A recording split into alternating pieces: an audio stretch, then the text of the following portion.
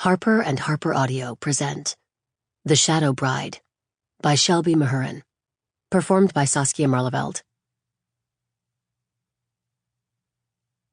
For Pippa, who will live on forever in the pages of this book. Part 1. Chat et chaud craint l'eau froide. Once bitten, twice shy. Chapter 1. Reflection.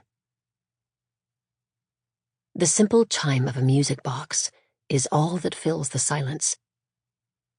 I watch the trinket from across the bedroom, figurines turning in a mechanical dance, their painted wings sparkling in the glow of a single candle. Reed lit the taper earlier this evening, while I feigned sleep. At dusk, Lou tiptoed across the floorboards to draw back the curtains, hoping to let in the moonlight. But storm clouds obscured the night sky, and shadows crept through my window instead. They swathe me like a cloak as the fairies dance in their halo of light. "Are you all right, Célie?" Mila whispers from the chair by the bed. After the grotto, she found a tear in the veil near Saint-Cécile, slipping through it to linger near me in the realm of the living. Though she speaks very little, and asks me to speak even less, I cannot decide whether I appreciate it or not. I cannot decide whether I want her here at all. "I'm fine," I whisper back, and the fairies continue their dance. Lou and Reed brought the music box from my room in Chasseur Tower, along with all my other worldly possessions: beeswax candles and bottles of rose perfume, paste jewels and storybooks with cracked spines, an emerald green quilt across my bed, a standing gilt mirror in the corner, the filmy, ridiculous nightgown I currently wear. They meant to help by filling their home with my things. They meant to remind me that I'm still Célie Tremblay. They couldn't have known I once coveted the fairies on this music box as much as I loved them. I longed to steal their wings and fly to their realm, to enchant wild creatures and court my own fairy prince. My nursemaid, Evangeline, gave me the box for my 8th birthday, and for an entire fortnight I spoke of little else until Philippa, irritated, snatched the music box from my nightstand and smashed it to pieces.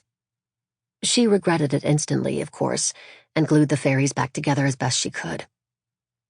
I never noticed the newfound cracks in their smiles.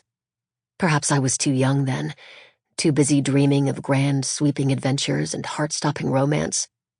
Or perhaps I simply didn't pay attention. I stare at those cracks now, quietly hating them. I have dreamed so many foolish things.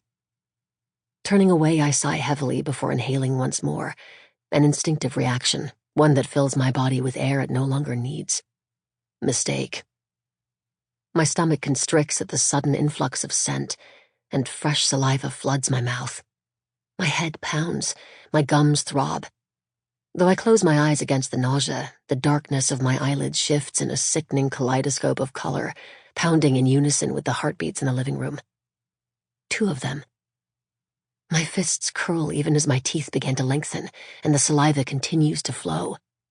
My throat contracts without permission, and for just a second my gaze flicks to the bedroom door. Everything stills to a knife point. Lou and Reed move just beyond it. I can hear them in the kitchen preparing dinner, the gentle clink of cutlery, the occasional brush of their shoulders as they pass each other. Lou's heartbeat accelerates slightly when Reed brushes a kiss against her temple. He chuckles when she swats his backside in turn. They're wholly absorbed in each other. Wholly distracted. "They won't notice you," a familiar voice whispers in the back of my mind.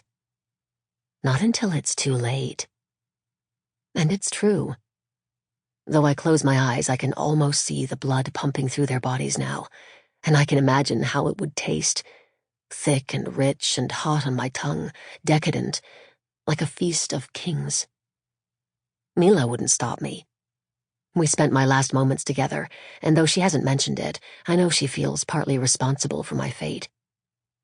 Perhaps if she'd somehow forced me through that wretched golden light, none of this would have happened. But she told me to choose instead. Sample complete. Ready to continue?